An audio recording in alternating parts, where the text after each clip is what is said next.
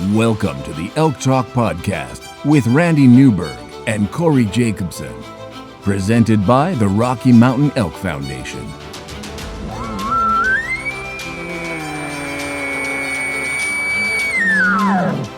The goal is, what little you and I know about elk hunting, we share with people.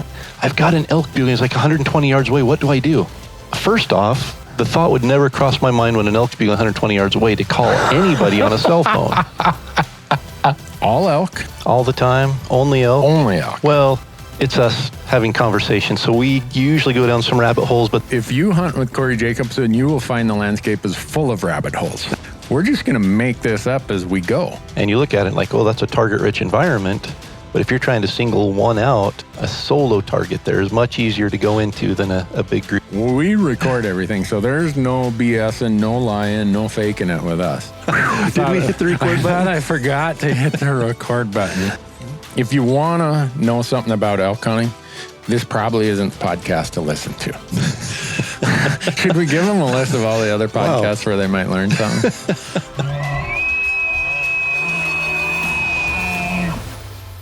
The Elk Talk Podcast is brought to you by the Rocky Mountain Elk Foundation, ensuring the future of elk, other wildlife, their habitat, and our hunting heritage. To become a member, go to rmef.org. And the podcast is also brought to you by onX Maps. And with onX Maps, you can know where you stand with the most accurate hunting GPS tech on the market with land ownership maps that work offline.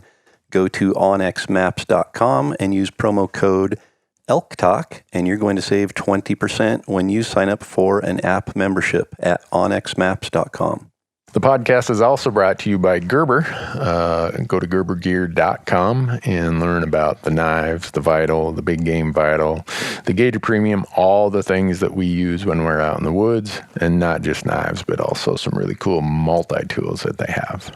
We're also proud to partner with Sitka Gear, and if you go to sitkagear.com, you'll see their full line of clothing, and their tagline is turning clothing into gear, and they are doing that through advanced technology that allows you to stay in the field longer, hunt harder, and stay safer. The Elk Talk Podcast is also brought to you by GoHunt.com. Go to GoHunt.com and sign up for the Insider. The Insider is changing how hunts and hunting information are found. No doubt about that. Use promo code ELKTALK, and when you sign up for the Insider, you're going to get $50 of store credit, mad money, in their gear shop. And we are also brought to you by Rocky Mountain Hunting Calls. And Rocky Mountain Hunting Calls is the original designer and inventor of the pallet plate diaphragm that's completely changed the way elk calls are made and used. And to find out more and to order your elk calls, go to RockyMountainHuntingCalls.com or BuglingBull.com and use promo code ELKTALK, and you're going to save 15% on all of your elk calls and elk call accessories.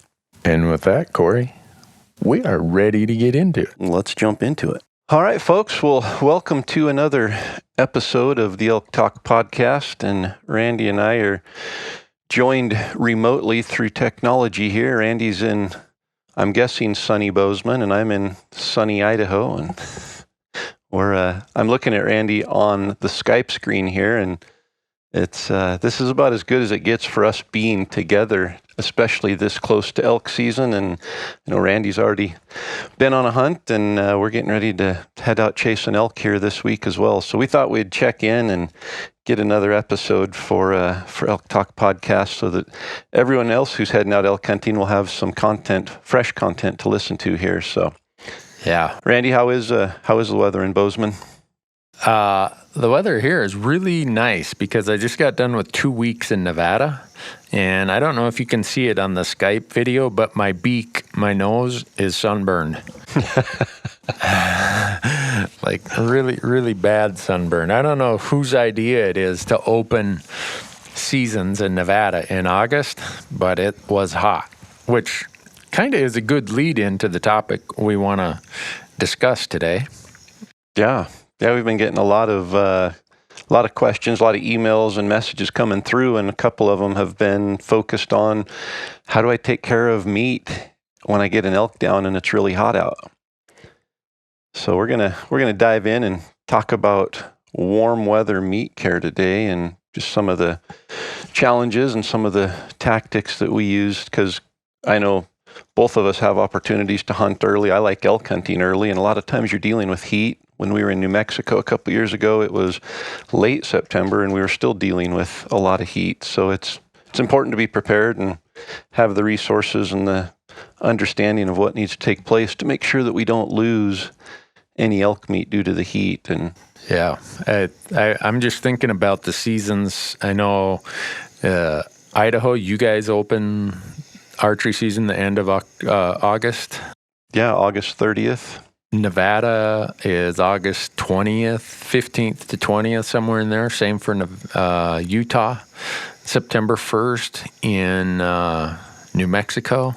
Colorado is usually the last weekend in August. So there's a lot of states and even right now in Oregon, aren't they? Last weekend, wasn't that the opener for? Yeah, the last Saturday in August, I believe. So they opened, was it August 23rd, 24th, somewhere right in there. Yeah. So there's a lot of people out elk hunting when the temperatures can be really hot. And if you would have shot a bull in Nevada when I was there last week, it was 96 degrees one day. And I think about, that's a big chunk of meat that you got to get taken care of, cooled down in short order because of the just the risk of it spoiling. Totally. Yeah, I always start off saying there's three things that are bad for elk meat. The first one is bugs and dirt and debris, which, a game bag will take care of that. The other one is moisture, which you don't want moisture on meat because moisture starts that bacterial process of spoiling and growing bacteria on the meat. And then the last one is heat, and heat is bad. But I think sometimes we look at it and think, it's 75, 80 degrees out. If that meat sits out in the sun, it's just going to go bad instantly.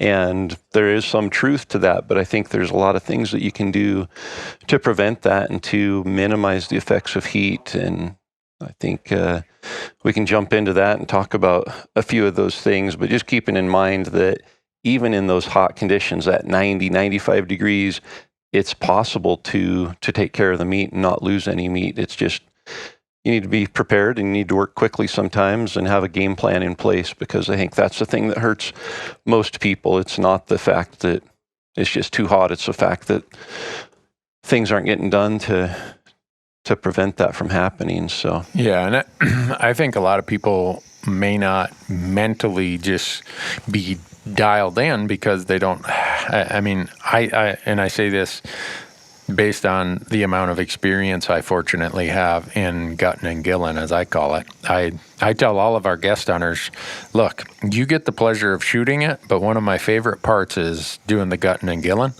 So I maybe get a little more practice than others. But I know when I first started elk hunting, in the first few that I shot and I started doing the gutless method, it took me a lot longer than it does now. And I tell people, don't wait until you've got that bull laying on an open hillside in Idaho or New Mexico or wherever for it to be the first time you've tried the gutless method. They live somewhere where there are deer nearby, and it's a matter of scale, really, between deer and elk. So I suggest that people practice so that when you're hunting in these hot weather conditions and you've been practicing on deer at home, it's not as intimidating, it's not as big of a challenge, and you can get it done a lot quicker. Because I'm with you, getting it done as quick as possible is the best way to reduce the likelihood of any spoilage. Yeah, and there's a reason for doing it quickly. You just have to realize what's going on there. That elk is a heat missile. I mean, that it's full of meat. The meat is hot. I don't know what the body temperature of an elk is, but it's hot. It's not going to do well if it stays at that temperature once the blood quits flowing through it. And that hide on that elk, even this time of year, is an insulator. I mean, it really is just a huge insulating blanket. It's a thick hide. And so what you have is we'll just use the temperature of 100 degrees, for instance, and assume that meat's at 100 degrees. When that elk dies, if it was exposed to air all around it, it still has that hide on it that insulates the meat and keeps it from cooling down. It holds the heat inside there. So the number one thing is you've got to get that hide off quickly. That hide is going to insulate the meat and keep the heat inside that you want to be able to expose to the outside air and let it cool off. So number one thing, and I feel is the most important thing when it comes to making sure the meat tastes good, is get the hide off. The longer the hide sits on it, the more chance you're going to have a gamey flavor to the meat, and the more chance, especially this time of year, that the heat is going to sit in there and start souring the meat. And if you can get that hide off and just expose those quarters to the outside air, even if the outside air is 80 degrees, it's going to start the cooling process, and that heat's going to start moving from the meat to the outside air and allow that meat to start cooling. And then the other thing is, when you think about meat spoilage, you very rarely lose meat that is exposed to the sun. It's not exposure to the sun at 80 degrees or 90 degrees that causes the meat to spoil initially. It's the heat trapped inside the bone. And so those bones, especially that hind quarter inside that bone, is where it's the hottest. That's where the heat has the hardest time escaping. And so you've got to get the hide off quickly, and then you've got to get that heat from inside the quarter right at the bone. You've got to let it out. You've got to find a way to let it escape. Yeah. As we were talking, I did a Google search of what the body temperature of elk is, and it's 104 degrees Fahrenheit. Yeah. So you think about us at 98. When we get to 104 degrees, we've got a fever. It's bad. So I mean, it doesn't seem like a lot more, but 104 degrees trapped inside an insulated hide is not going to cool very quickly. Yeah, not at all. And so one of the things that contributes to that also is then you have this stomach cavity with all this bacteria in their gut that is still alive and creating even more heat, which is what causes the bloating. That's the expansion of the gases in the gut area. So you have a lot of heat sources there that are really creating problems for potential meat spoilage if you don't take care of it as soon as you possibly can. Yeah, and I would honestly say in hot temperatures like this, if an elk, and you think about that elk laying on a hillside, the side that's air up, that's exposed to the sky, is going to cool a lot quicker than the side that now is trapped by the insulated hide. It's also being insulated by the ground. So it's that bottom side that usually spoils. If you let it sit there for 2 hours in this kind of heat and don't get the hide off of that bottom side, there's a chance that you're going to start seeing that bone sour where it's spoiling at the bone within a matter of 2 hours. Yeah. Yeah. So, I'm sure a lot of people are saying, okay, I get all that. I want to get the hide off as quick as possible.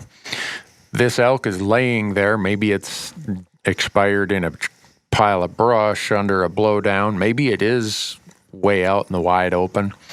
I don't really have a absolute set way in which somebody or in which I have to do, okay, I got to do a front quarter first and then a hind quarter or whatever. I do it based on what the body position and the debris pile looks like. Because I've had elk slide underneath a big deadfall that I couldn't get rid of, and I had to do the hindquarters first.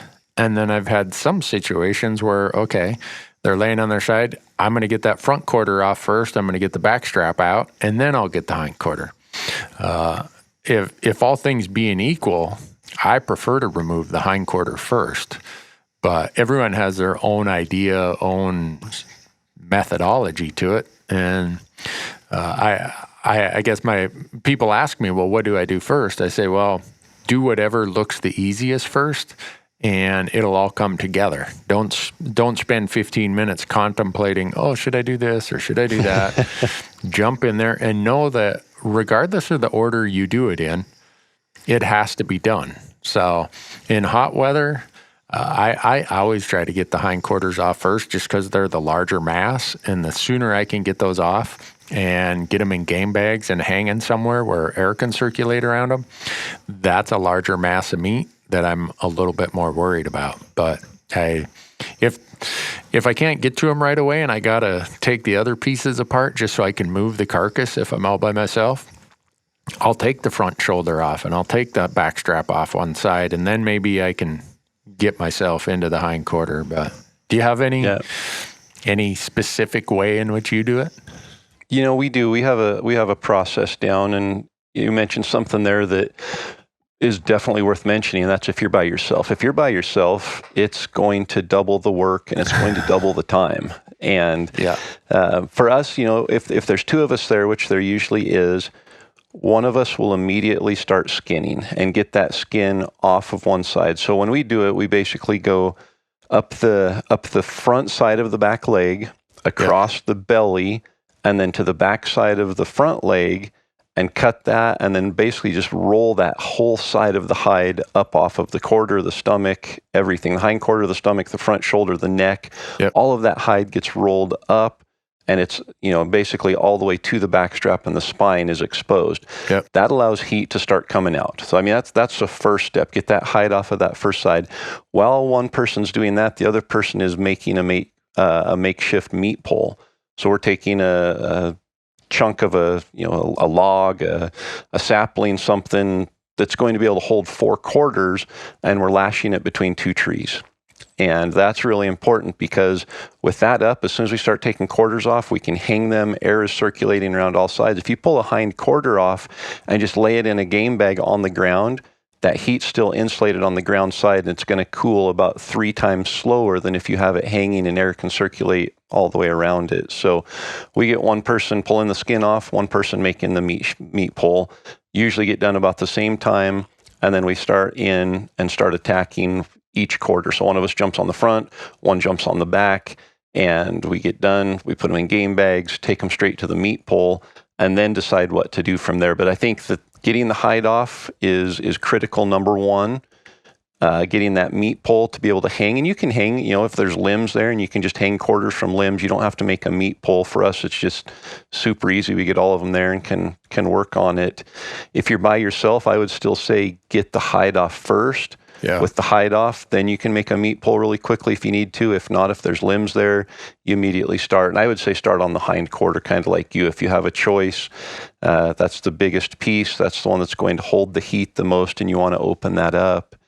And one of the things we do when it is hot, and this is probably a pretty critical component to it, is when you pull that hind quarter off, even if you're going to leave the meat on the bone in the quarter, if you aren't going to do the boneless, if you take a knife and basically just run it down from the top of the hind quarter, following that leg bone all the way down, and just open that back ham, just slice it wide open, pry it open with a stick, steam will come pouring out of that, because that bone holds so much heat in there.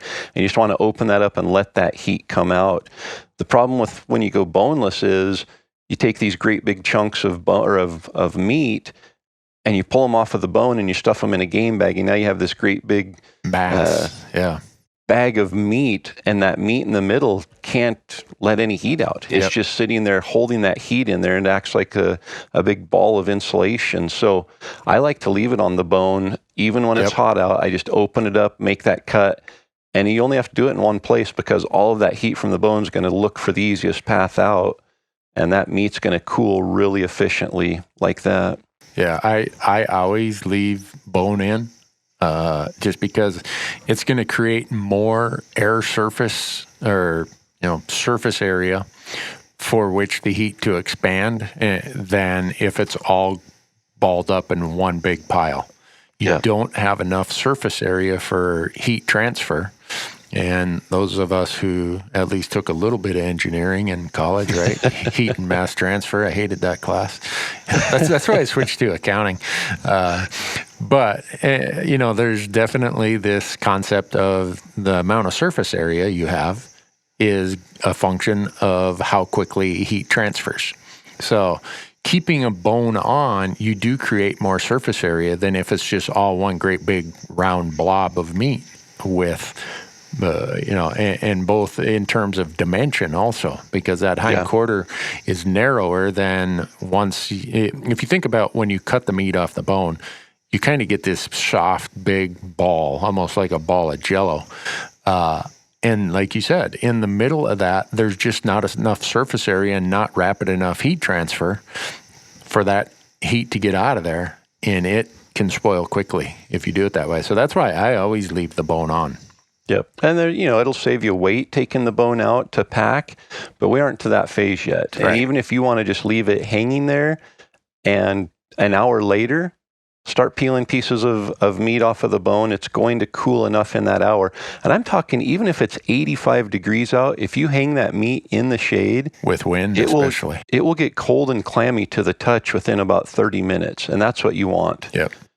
Yeah, you just don't want it in that direct sunlight with any kind of insulation. You want to expose as much as you can to the outside air, because you're going from 104 degrees to 85 degrees. That's a delta of almost 20 degrees. That's cooling. That's starting the cooling process. Yep. And if you're in the shade and it's 70, 75 degrees, that's even that much faster. And within 30 minutes, you're going to be able to feel, hey, this meat's cooling down good. The inside, when you reach in and touch the bone, when you first kill that elk, when you cut that back quarter open and you reach in and put your hand against the bone in there, it feels hot. Yeah. Like, it doesn't feel warm, it feels hot. Yeah. And 30 minutes later, you're going to reach in there and realize all of that meat that's exposed to the outside air now feels cool and clammy to touch, and it's going to be okay. One of the things that you run into when you have somebody who they have the elk down and they decide, I want to save the cape and mount this thing, you have a little bit more of a challenge of getting the heat out of there, because just how you have to cut the cape, you make a dorsal cut down, and I go way down past the last rib. I give my taxidermist way more than he'd ever need to work with. But once you do that, then you're kind of skinning the other way to get that top side exposed. I quickly start skinning, if you can imagine a dorsal cut way back almost to the last rib, and then a cut down to the stomach. Now I take that corner or that flap and I just start peeling that towards the front quarter and get all of that off there.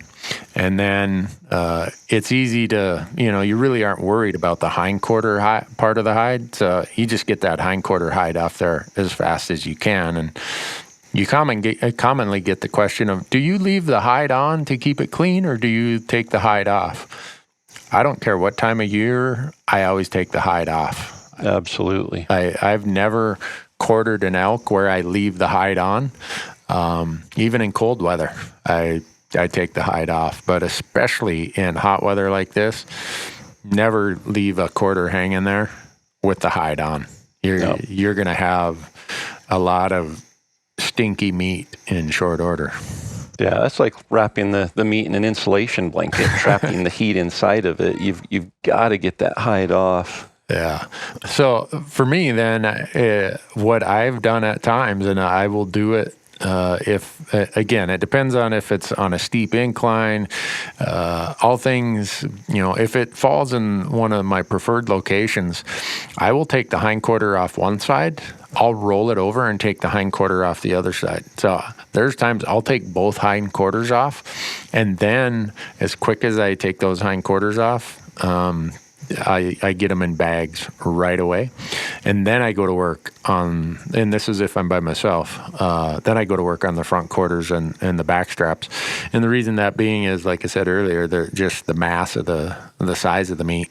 And then also just, it's a lot easier to manage that carcass once the two hind quarters are off than it is, trying to roll the whole thing at one, roll it from one side to the other. But I end up having to do it the other way, do the top side, roll it over, do the bottom side. It just depends on where it's laying, how much help I have, how hot it is, what time of day. Doing it in a headlamp with a headlamp is even more of a challenge. But the good part then is it's nighttime and the temperatures are dropping, so you're in less of a hurry. But if you shoot that bull at 10 in the morning this time of year, you really have your hands full because it's getting hotter by the hour. And for me, I like that midday hunt, especially early like this. You get those bulls that are they aren't herded up yet. They're very territorial. They stay right in that one little area. And I like to go in there and target those bulls between like 11 o'clock and 2 o'clock. And you shoot a bull at 1 or 2 o'clock in the afternoon, that's when you really get into trouble, because that sun is direct. It's the hottest part of the day. It's, staying hot for another 2 or 3 hours. And like you said, that 10 o'clock in the morning, 11 o'clock, it's just getting hotter every minute. So it's super critical. And I think you mentioned something really important at the beginning, Randy.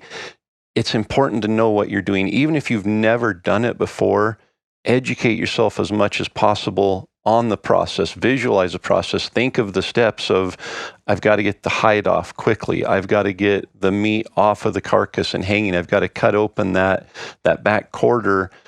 Those are the first steps. Don't worry about cutting fat off of the meat. Don't worry about, pulling off individual pieces if you're going to bone it out. Get that meat hanging so air can circulate around it.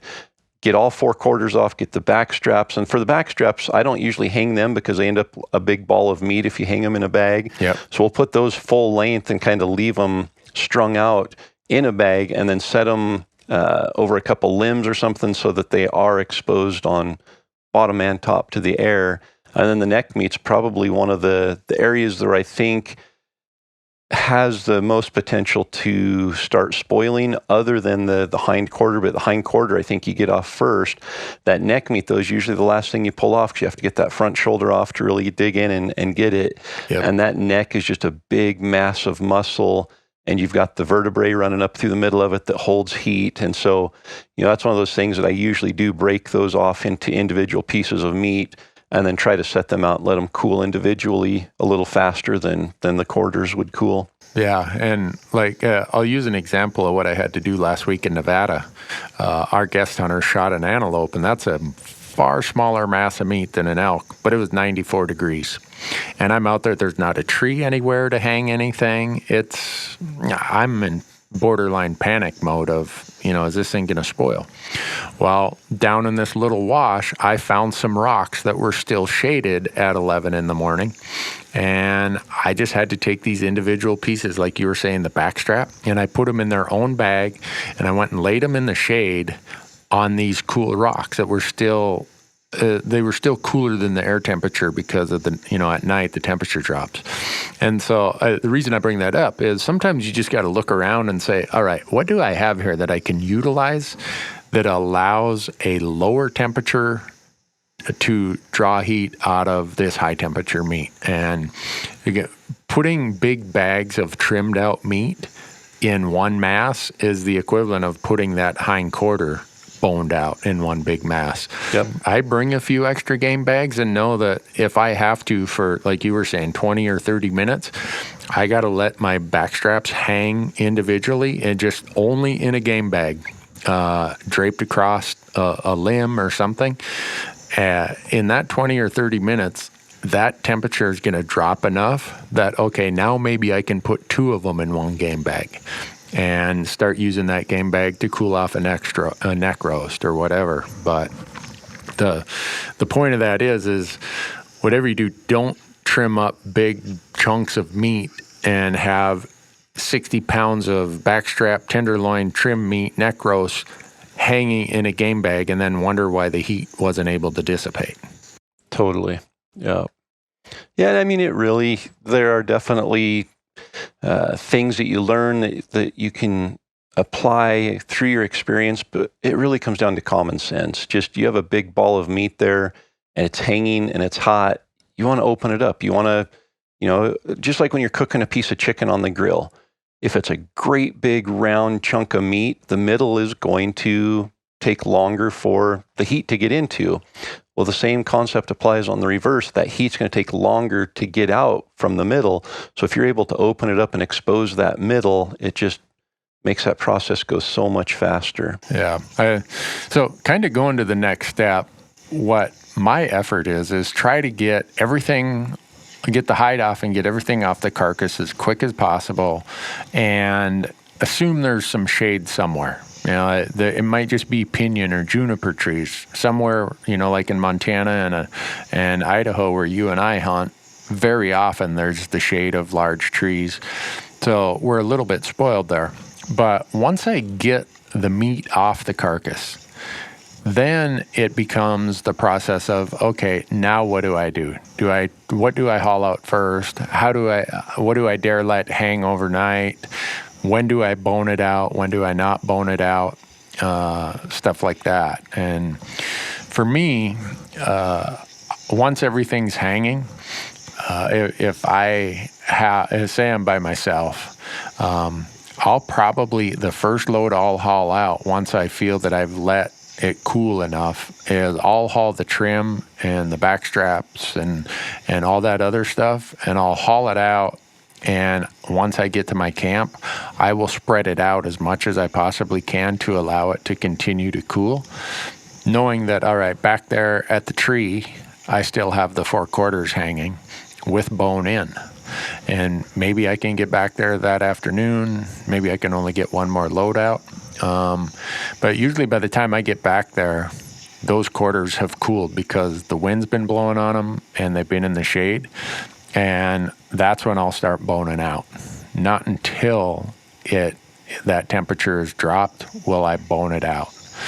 And then once I bone it out, then I can start doing my shuttles back and forth. And sometimes if I got to leave some hanging there at night, the next morning when I come back, it's amazing how cooled off that meat is. And then I bone it out and I'm hauling out a cooled off big mass of meat. Yep. No, we do the same. You've got to find shade, and like you said, you can almost always find shade. You might have to move the meat every 2 hours to keep it in the shade. Yep.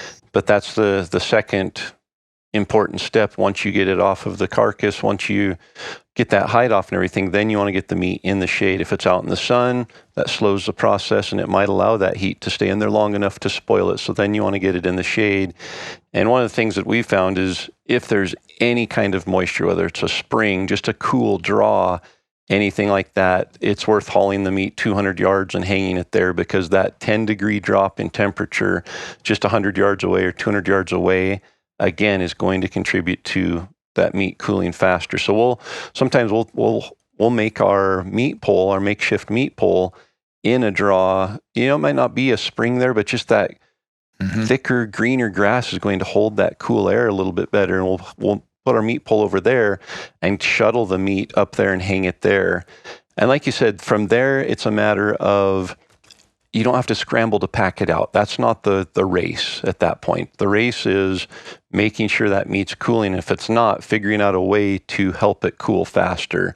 Don't stuff it in your backpack and race back to the truck trying to get it there. It's going to probably cool better hanging exposed to the air than in a pack. Yeah. And if it has to hang there until the next day and you come back in, that's actually probably better than trying to put it in your backpack and shuttle those out and just slowing that process, because that initial process of cooling, that first 2 hours, is critical.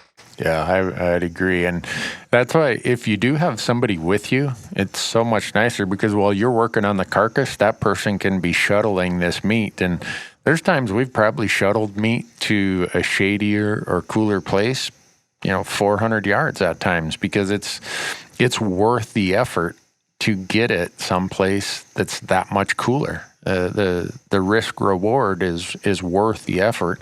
400 yards is not that far to carry something if that's what you got to do to get it in some shade and get it where there's going to be some wind. Yeah. And again, going back to the three things that hurt elk meat, you have to have game bags.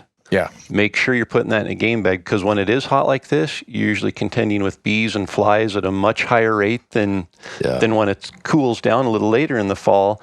And if you get those flies, those big, it does not take them any time to find the meat. And within 3 to 5 minutes, if that meat's just hanging there, or if you have a game bag there and it's open and you don't have that meat sealed off, they'll start laying eggs on it, and then it just ruins the meat. And so, you want to immediately get it in a game bag. If you have a good game bag, it's not going to hold that heat in or trap the meat. So it's not like you're putting this game bag around it and slowing the cooling process. It's going to cool just as fast. So you get it in the game bag, keep the dirt and the bugs off of it. But then I've heard of people taking meat and putting it in a creek, which is not good for the meat long term. That moisture on it is going to speed up the bacterial process. Yeah. And so yes, put it in a cool draw, hang it above water, but actually submerging meat in water is not a good idea. Yeah, I've never done that. I've heard people who do it, and I'm like, ooh, in hot weather, that meat's not going to dry immediately, and heat and moisture are the prime breeding grounds for bacteria, which is what's going to spoil your meat. So I've never submersed it. I've heard people say, oh yeah, I bring dry bags and I put it in the dry bag, and then I put the dry bag in a creek, and I'm trying to figure out, well, usually dry bags inhibit the transfer of heat, but maybe I've just not done it, so I don't understand. But I've never found the need to do it.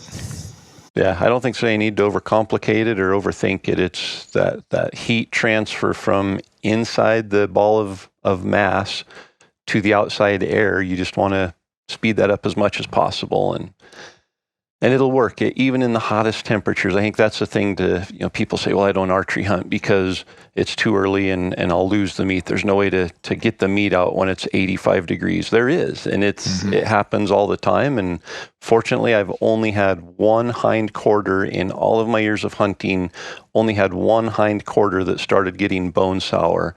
And it was 80, 85 degrees. It was the side that the elk laid on. We didn't find the elk immediately. It took probably an hour and a half of blood trailing to find the elk. Yeah. By the time we got there, got the hide off, got that front side, everything was fine. We flipped the back side over, got the hind quarter off, hung it there. When we opened up that back side, you could start to smell a little bit of that happening. We opened it up, let it cool out, and we might have lost 5 pounds. Yeah. Maybe 8 pounds of meat there that we had to cut off from around the bone that had started going bad. But that's the only elk in 30 plus years of hunting elk that we've ever lost any meat to. And I would say 80% of the elk I've shot have been before September 15th. So earlier season, we deal with the heat. It's just a matter of knowing how to take care of it and then acting quickly and being confident in your way and ability of taking care of it. Yeah.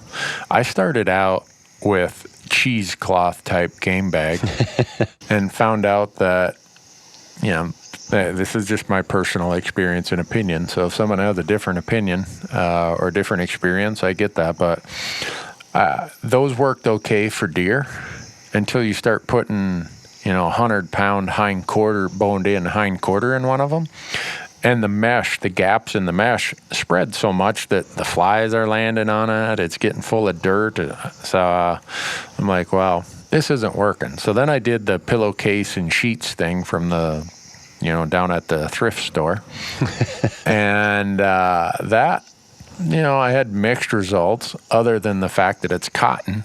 And it did not transfer the heat as fast as synthetic. And when it gets moist, it really doesn't do the job like a synthetic will. So now I use these reusable, washable synthetic game bags. They're way stronger. They transfer heat way better. They transfer moisture way better.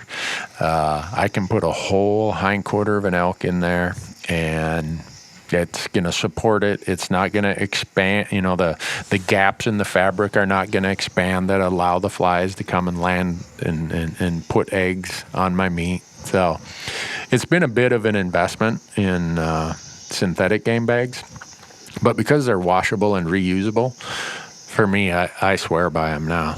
Yep. Yeah, good game bags are vital and a part of making sure that meat's preserved. I think, and we can probably move on now to the next phase, which that meat's hanging there, it's cooled or it's cooling properly.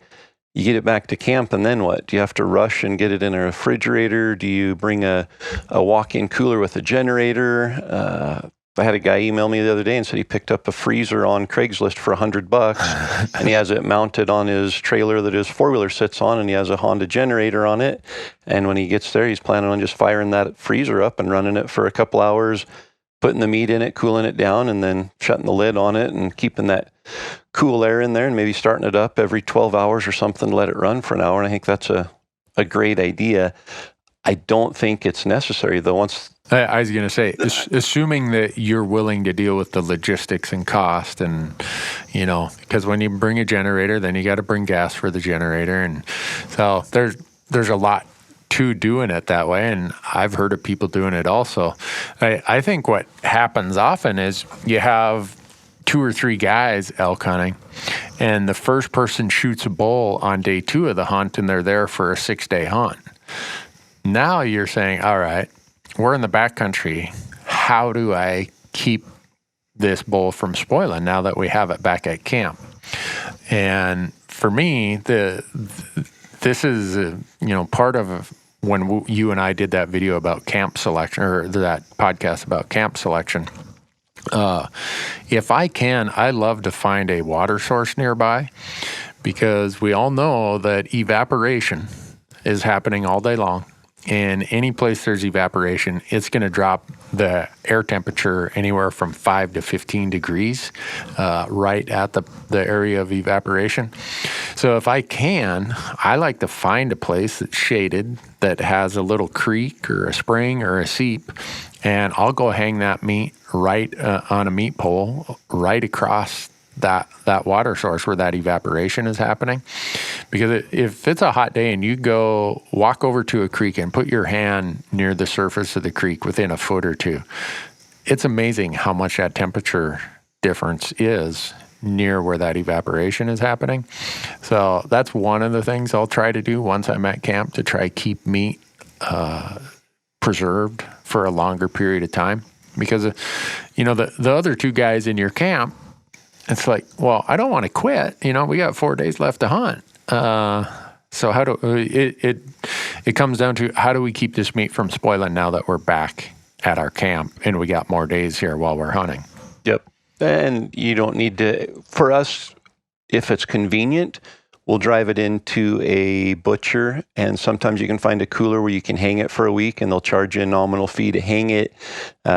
Sometimes we have enough time that they can actually process it for us and get it frozen so that we can transport it easier. But for the most part, like you said, if it's a long ways out and it's going to take away a day of hunting, it's not imperative that you drive it into town and get it there. You can hang it. That first 12 hours is the most critical. And once you make it through that first night, when it's cool the next morning, it's going to stay cool. If you keep that in the shade, and like you mentioned, hanging it near a creek or anything like that, once it cools down initially, if you're able to keep it in the shade, and even if the temperatures are getting up into the 80s in the sun, that meat's going to be fine. It's not going to spoil. It's just that initial period that you usually have to worry about it, or not taking care of it and leaving it exposed to the sun. Yes, it can still spoil at camp, but that initial 12 hours, I think, is the most critical. So hang it, plan for the full day, know where the sun's going to be, keep it in the shade, keep it cool, and it's going to be fine there for 3 or 4 days. It's not going to hurt it at all. Yeah, but if it is an option to take it into a butcher, that's a great option. Sure. But the other thing, and again, this all depends on the lay of the landscape and the amount of trees and vegetation on the landscape. But if you can find even a little roll to a hill where the north face right off the crest has some dark timber, just that north face is going to, one, stay cooler because it's not going to get the direct sunlight during the day. And usually those north faces, you're going to have all day shade in some of those spots rather than partial day shade. And you're going to have a breeze blow. The closer to the top of the ridge you are, the better the chance you're going to have a breeze going. So I would say if I had to design a perfect place to hang an elk, it would be 50 feet off the north side of a ridge in the trees. And it'll stay for a long time. Even if, like you said, even if the daytime temperatures are getting up into the 80s, it won't spoil once it gets cooled off that first night. Yep. And then I think that the last phase, as we talk about it, is transporting it. If you're driving from Colorado back to Michigan or something, and you've got a 30-hour drive ahead of you, that meat in the back of the truck is probably going to be exposed to a lot of heat that won't be good for it. So you've got to think about, how am I going to transport the meat? If you shoot it on the last day of the hunt, you don't have time to process it. It's still on the bone. How do you transport that for 30 hours in the back of the truck? You obviously don't leave it laying there exposed to the sun, but again, another portion of that planning that needs to be needs to happen before you're successful, because you don't want to scramble and say, well, we're stuck with a tarp and hopefully driving down the highway at 65 miles an hour is going to be enough cool air on it to let it cool. It's not. That heat is going to be bad for it. Yeah, if at all possible, I try to let it hang overnight and get to that ambient temperature that is what the air temperature is. When I do put it in coolers, I've always let it cool, then I bone it. And then I try to put it in my coolers. I'll wake up really early in the morning and I will fill my coolers then, because my coolers, the actual temperature of the coolers, is that cooler ambient air temperature also. I'll put it in there, and I usually bring with me some sort of frozen milk jug or something else, jugs, multiple. And if I know that meat is cooled and that it's now safe to put it in a cooler, because it's lost that really hot core temperature. And this is assuming you shot it the day before. I put that thing in a cooler with as much non-meltable ice as possible. I don't like having ice that melts and turns into a big watery mess down in the bottom of my cooler, which is why I use milk jugs and stuff like that. And some people will ask, well, how much cooler space does it take to get an elk home? And that depends on how much ice you want to put with it and how far you're going to drive. So I always have 265 quarts and an 85 quart, and I can get a trimmed out elk home in 265s plus an 85. But that allows me ample room for ice to keep it cold. And I don't open those coolers till I get home. I know there's the tendency of, I want to look and see how it's doing. All you're doing then, because the time you're worried about that is usually in the middle of the day. Oh man, I wonder how my meat is doing. And you open it up and whoom, a whole bunch of that cold air is out, replaced by warmer air, and you're defeating the purpose. So if you have a high quality cooler and just bonsai home, man, you got this meat, you got to get it home and get it home in good condition. Be prepared, be thinking about how you're going to do it. And don't worry about, some people worry about space and they'll say, well, do you think I could fit it in 265 quarts? Yeah, you could fit it in there if you don't want any ice. Or if all you do is grab the back straps, tenderloins, and do a rough trim of the quarters. But if you're going to trim it up properly, if you're going to salvage every bit of meat, you're going to want more cooler space rather than less, because you need the space for ice or whatever your cooling source is. Dry ice, I don't care what it is. The more cooler space you have, the greater the ratio of ice to meat that will keep it cold longer. Yeah. Yeah. And you're talking there meat off of the bone at that point. Oh, yeah, putting for them sure. in those coolers. And I did a video recently about what you do if you have the meat still on the bone. You just have to make sure that the inside of that cooler, it doesn't matter, the quarts or whatever is not nearly as important as the dimensions. If you're trying to get a bone-in quarter in there, you need to realize that quarter is probably going to be 34 to 36 inches long, and the inside dimension of that cooler needs to be long enough to hold that, because there's no stuffing a quarter with the bone still in it into a cooler that's too small. You can't manipulate those shapes very well. Yeah, that's just not going to work. If you try a bone-in hind quarter, yeah, good luck with that, I guess is what I'd say if you got too small of a cooler. Yeah. And for me, I don't, I know you carry multiple coolers full of milk jugs that are frozen, and keeping those milk jugs frozen all week. So when you do need them, they're there and ready to go. I've found that most of the time, within an hour of anywhere we're elk hunting, I'm going to be in some kind of a small town and be able to find dry ice. And dry ice allows you to pack a lot of meat into a cooler and not take up much room with the jugs. Yeah. The last thing you want to do is put cubed ice or something in there that's going to melt and turn into water, and then your meat's sitting in water. That's That's the absolute worst thing you can do, is have that meat sitting in water as you're transporting it. So either use something that's protected, like a milk jug, that's even when it does thaw, it's not getting meat on the or it's not getting water on the meat, or use dry ice. And a couple of things to remember with dry ice is when it melts, there's no water, which is why it's preferred. Yep. But the other thing is it's really, really cold. And if you set a block of dry ice right against the meat, it's going to freezer burn that meat. It literally will turn the meat black, and it won't be good. Yeah. So you want to have cardboard or something in there to create separation from the meat and the ice.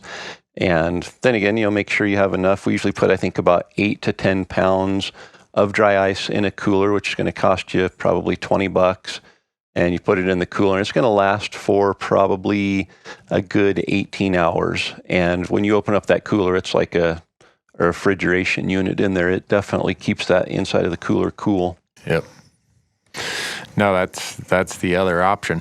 But I guess the point of all this, everything we've been talking about, is cool. Temperature. And once you get it home, sometimes you try your darndest, but there's still going to be some hair and maybe some dirt on the meat. Once you get that back to camp, you can clean that up some, and you certainly can clean it up at home. But you can't do anything with that meat if you've not let the temperature moderate properly. Yep. It's, I always say I'll worry about a few hairs and maybe a stick or a piece of grass when I get home, but I don't want to get home with spoiled meat, because that just defeats the whole purpose of why we hunt. So. Exactly. Yeah. So Randy, I know you've got a video out on your YouTube channel of the Gutless method. Yep. So do you, don't you? Yeah, we've got one, Elk 101 YouTube. If you are a member of the University of Elk Hunting online course, the video, fully detailed video, is in there. And the beauty of that is you can download it and use it offline. And so it's amazing every fall how many emails and messages we get saying, I didn't realize the importance of being able to take video offline until I got my first elk down and was sitting there going, what do I do? Opened up the app, watched the video right there in the field, and it guides you through step by step. So if you're a member of the online course, don't forget that is available to download inside the app and take with you into the field. Yeah, and you're going to get a kick out of this, Corey. Our good friends at Gerber have asked me, they said, this fall, you need to shoot an elk in the morning and film every bit of this step by step, in complete detail, and we want you to do it in the morning so you got good filming light, and we're going to create a whole bunch of videos that next year we got an idea that we're going to make these videos available to people who buy certain Gerber products. So it's not available right now, but it's something they're asking me to do. But if I don't shoot an elk, they're not going to be, I don't know what they're going to do to me. Yeah, that's always we want it in a really good setting where you can really see what's going on. We want it in good lighting, and that's usually when you shoot one on a steep, rocky hillside in full sunlight in the middle of the day. And but which gets me, some people ask about knives in really hot weather. I don't want to. I mean, anymore. I'm a convert to the replaceable blade knives like the Vital that Gerber has. Yeah. And for me, I don't. And when it's really hot, I don't want to stand there and have to resharpen a blade. I want to just replace it and continue with my work. And anymore, I'm that way no matter the time of year. But I can think of all kinds of reasons why I'm a bigger fan of the replaceable blade. Totally. Like the Vital. But yep. No, it definitely saves time. And so, some people get their first elk or their biggest elk, and then they end up with salvaging the cape and the head and everything else. The cape, to me, is a whole lot easier to care for than the meat. The cape, that's the last thing I worry about, is getting the cape off the animal. once it's there. And I'll remove the head right at the atlas joint. And then I usually bring the whole head, antlers, and cape to camp. And there at camp, I'll take the cape off the remainder of the head and the face and do it there. And a cape will store, once you let it cool and hang and get to a cool ambient temperature at night, a cape, if you put it, match the flesh side to the flesh side and roll it up, it'll last quite a while. A lot of people think, I got to bring salt, I got to this, I got to that.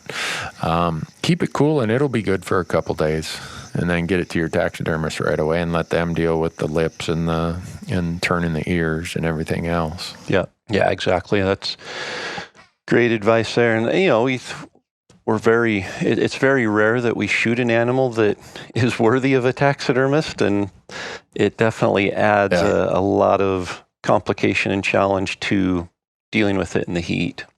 Just that hide is a whole other thing that you have to consider and think about. Yeah. I would tell people that if it's hot, think long and hard about keeping the cape, because that changes how you're, like you were talking about, almost doing a cut along the belly and on the lower side and rolling that hide over. That's the preferred way, because one, you can do it quicker, you can get the heat out of there quicker, and when you have to roll the carcass over, you protect the meat on the other side as you roll the carcass.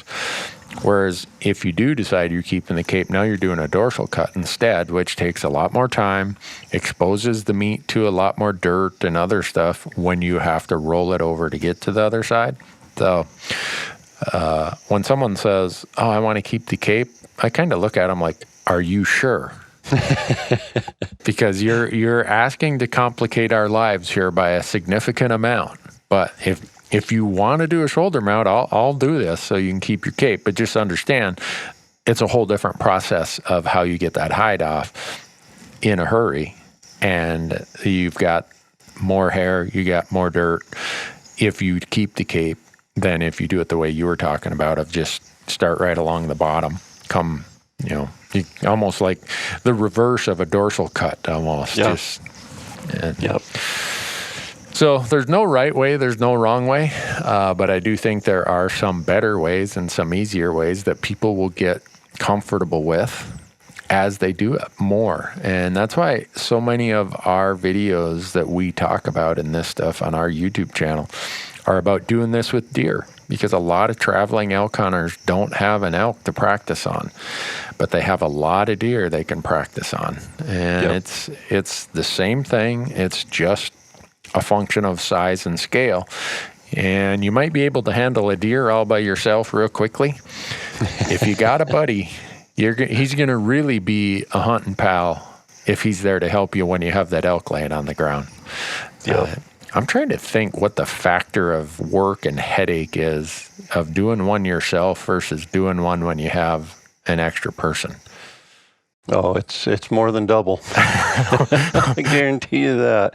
Just the small little things of holding that hind quarter, holding that back leg up so you can get underneath and get the skin off of it, so you can make the cut to detach it from the hip joint there. Just little things like that when you're by yourself, it's like, okay, how do I get my shoulder underneath this leg, reach in with my left hand, make that incision, but still hold on to the quarter so it doesn't fall in the dirt when it does come loose. If you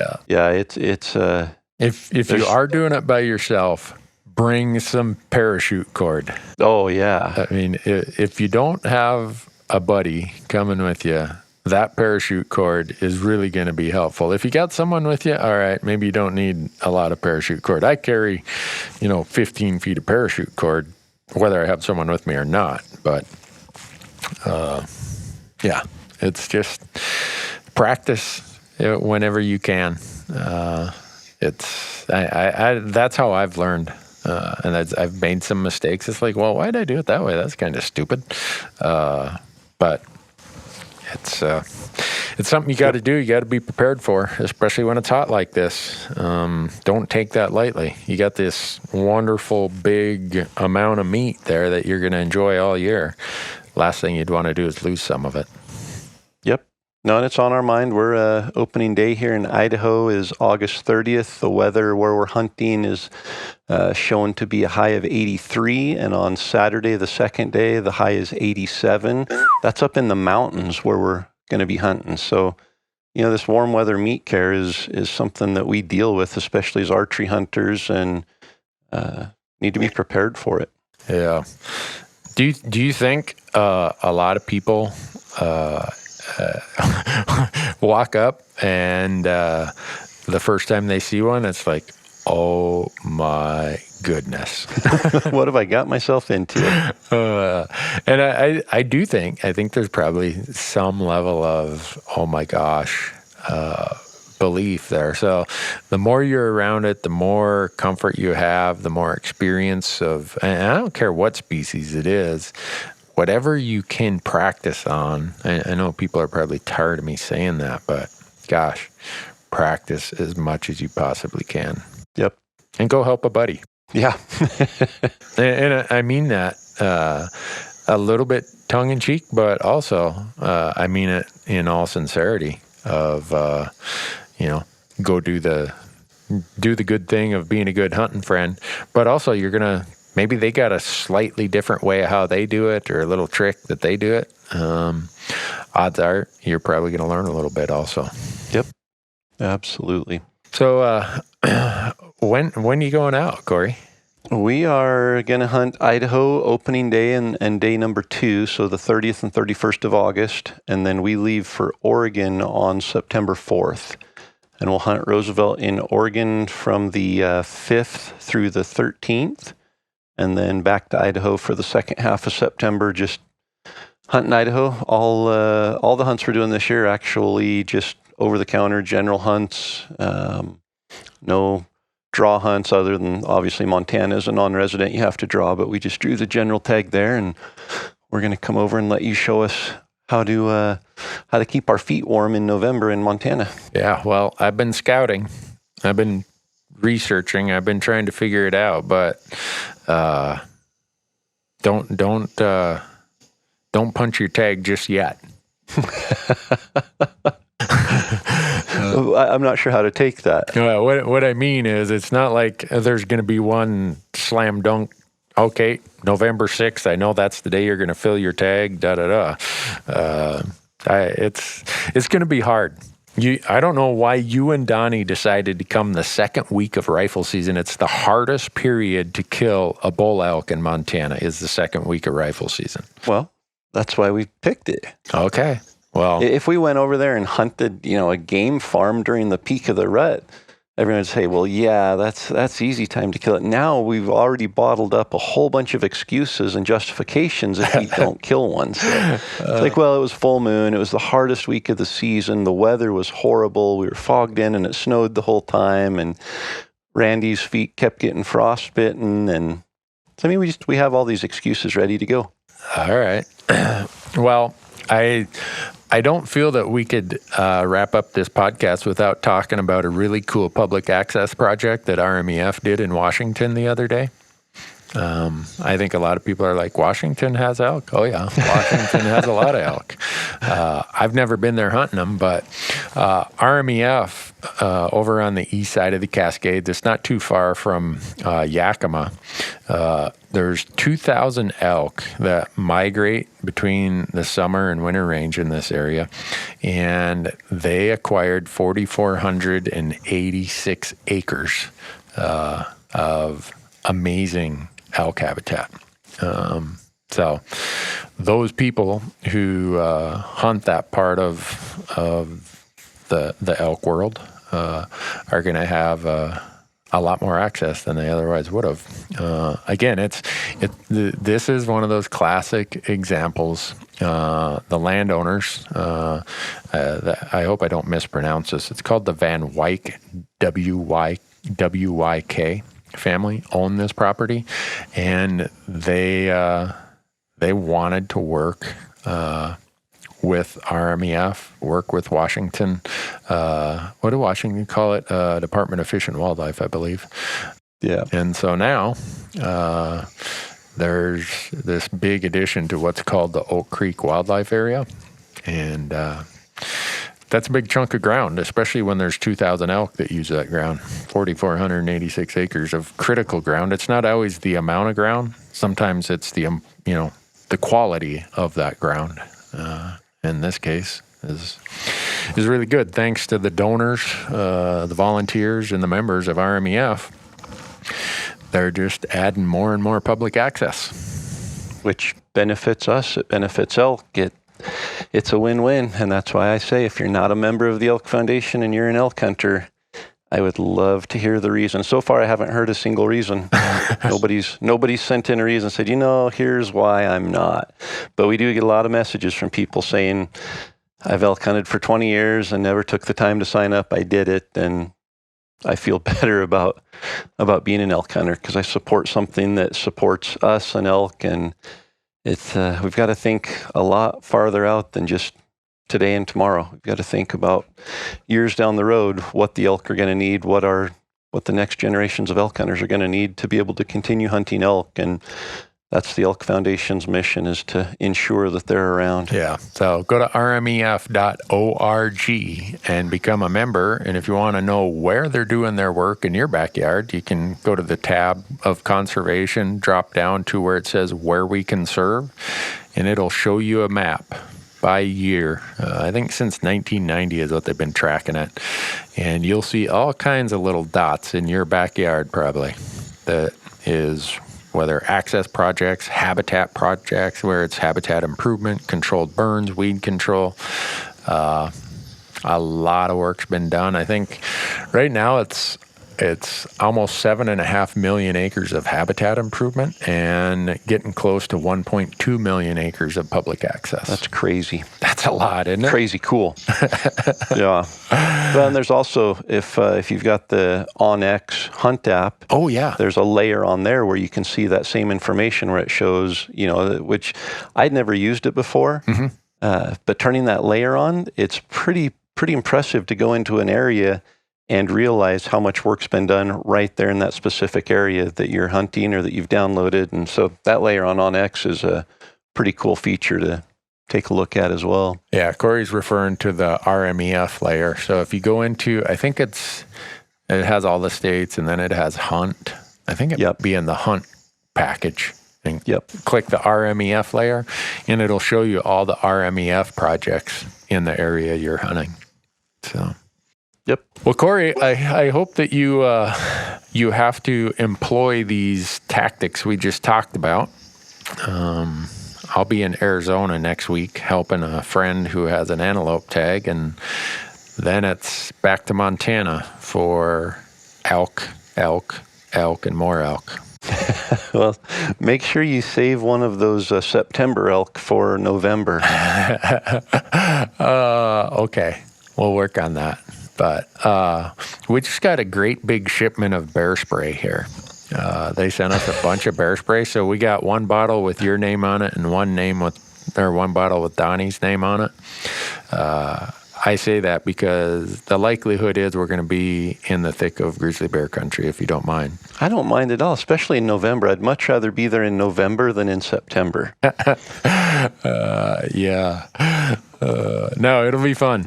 I'll look forward to hearing your reports. And you guys always have good luck. It's just a matter of how many you guys are going to find. We always have fun, and we're definitely looking forward to upping the fun factor and enjoying this special month that only comes once a year. Yeah. Well, folks, thanks for listening. Good luck out there. Yeah, good luck for everyone who's heading out, and keep us posted. We'd love to continue getting those messages and emails from you. Yeah. Where do they get that? Contact us through the website at elktalkpodcast.com. Just click on the contact link and send us an email if you've got ideas for guests or topics, or when you're successful, send us a picture. We'd love to share in that success with you. Yeah. Thanks, folks. Good luck out there.